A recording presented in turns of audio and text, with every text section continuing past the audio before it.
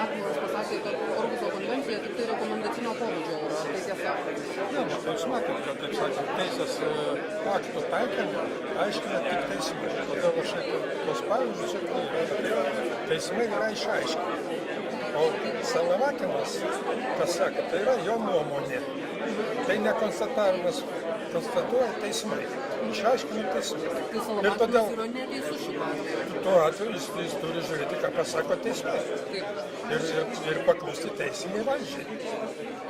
Jūs kaip pasakytumėt, dabar pamatėt visą tą svarstymą, kokie baisiausi yra dalykai šitam teritorijų planavimo įstatyme? Paveldas. Baisiausia, man atrodo, kad yra noras atverti kelią investicijom, neberūpi, kam tos investicijos bus reikalingos.